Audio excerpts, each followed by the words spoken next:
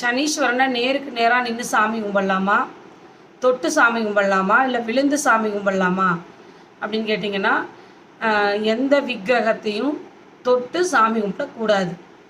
பிள்ளையாரை மட்டும் தொட்டு சாமி கும்பிடலான்னு பெரியவங்க சொல்கிறாங்க. மற்றபடி வேறு எந்த விக்கிரகத்தையும் நம்ம சாமியை தொட்டு சாமி கும்பிடக்கூடாது.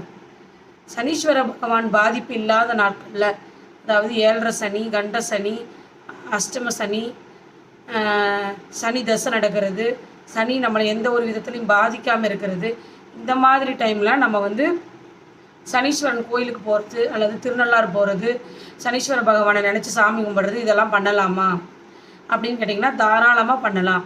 நம்ம எப்போ சாமி கும்பிட நினச்சாலும் நம்ம வந்து சனீஸ்வர பகவானை போய் சாமி கும்பிடலாம்.